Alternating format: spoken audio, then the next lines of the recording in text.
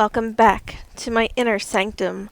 I'm your hostess, Countess Elizabeth, mistress of the macabre. And on today's tale, we will investigate the unknown. North American folk tales are just as interesting as those of Japan or the British Isles. Today, we'll investigate the most famous of all North American folklore, Bigfoot, or Sasquatch. For this grotesque curiosity, I will refer to him as Bigfoot, but there are many names for the hairy primate. So, let's go forth into northwestern North American forests so we can explore our grotesque curiosity. Bigfoot, known as Sasquatch in Canadian and American folklore, is an ape-like creature that is purported to inhabit the forests of North America. Supposed evidence of Bigfoot's existence is based on a number of disputed video recordings, audio recordings, photographs, visual sites, casts of large footprints, etc. Some of these are speculated or known to be hoaxes. Thousands of people have claimed to have seen Bigfoot, which is commonly described as a large, muscular, bipedal ape-like creature, roughly 1.8 to 2.7 meters, or 6 to 9 feet tall, covered in hair, described as black,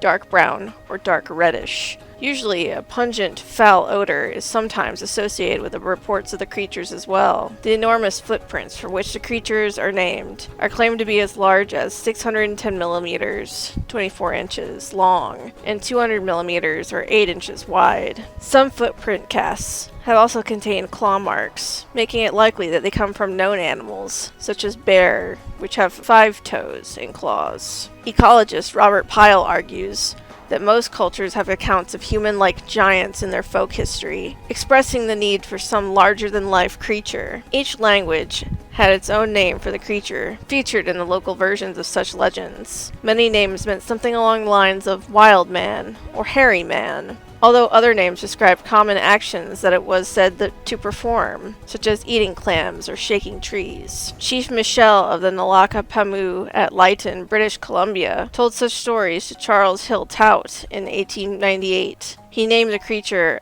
by a Silesian version, meaning the benign-faced one. Members of the Lumi tribe tell tales of the Sioux Macaways, the local version of Bigfoot. The stories are similar to each other in the general descriptions of Sioux Macaways, but differed among various family accounts according to the creature's diet and activities. Some regional versions tell of a more threatening creature. The Stiya, or the Kiwi-Kiwi-Ya, were a nocturnal race. Children were warned against saying the names, lest the monsters hear to come out and carry off a person, sometimes to be killed. The name Bigfoot was first used by a Wyandot chief with the nickname in the 1830s, who derived his name from his immense size of his feet. The Bigfoot name became more widespread as a reference to Sasquatch after a photo of bulldozer operator Jerry Crew holding a cast of a human-like track spread by wire services in 1958. About 1/3 of all claims of Bigfoot sightings are located in the Pacific Northwest, with remaining reports spread along the rest of North America. Most reports are considered mistakes or hoaxes, even by those researchers who says Bigfoot exists. Bigfoot has become a phenomenon in popular culture,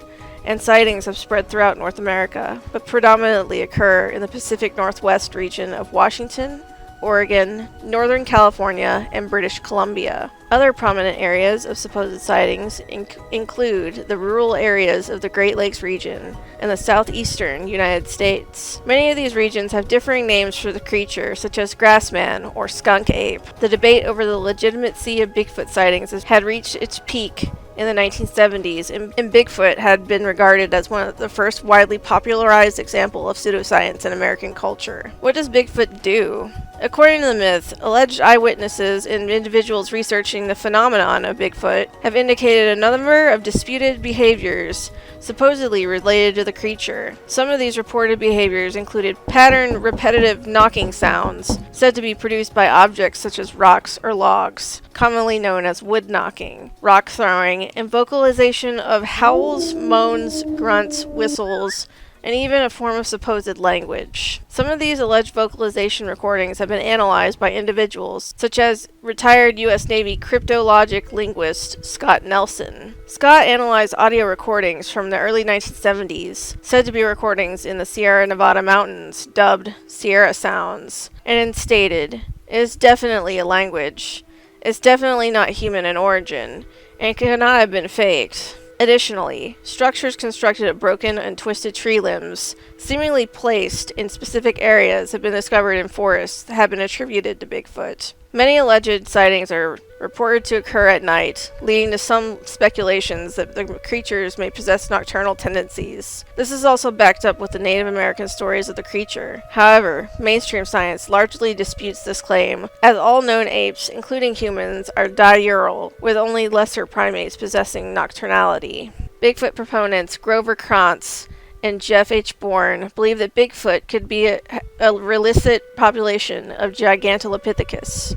All Gigantolopithecus fossils were found in Asia, but according to Bourne, many species of animals migrated across the Bering Land Bridge, and he suggested that Gigantolopithecus may have done so as well. Gigantolopithecus fossils have not been found in the Americas. The first scientific study of available evidence on Bigfoot was conducted by John Napier, and published in his book Bigfoot, The Yeti and Sasquatch in Myth and Reality in 1973. Napier wrote that if a conclusion is to be reached based on scant hard evidence, science must declare Bigfoot does not exist. However, he found it difficult to entirely reject thousands of alleged tracks scattered over 125,000 square miles or to dismiss all that many hundreds of eyewitnesses accounts. Napier concluded, "I'm convinced that Sasquatch exists, but whether it is all it is cracked up to be is another matter.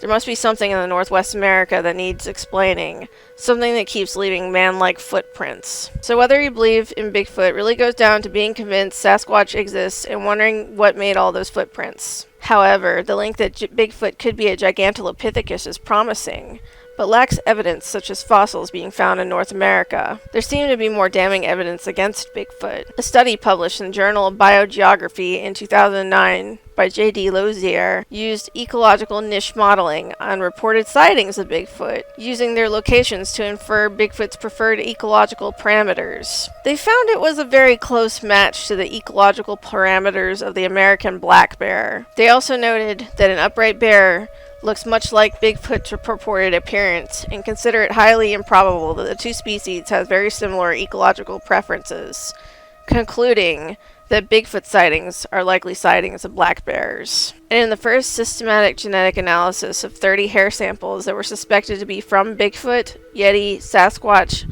or other anomalous primate, only one was found to be primate in origin, and that was the control, which was human. Well, that was truly a grotesque tale. To me, these folklore episodes are more of a break from the real-life cases we usually do. With all these things to keep in mind, to me, Bigfoot is more about being part of North American folklore, but could still either be a possibility or a misidentification as a bear. I wanted to explore how people were trying to find evidence to support the myth. May those searching for answers find evidence to support or disclaim their theories. Thank you for watching the video.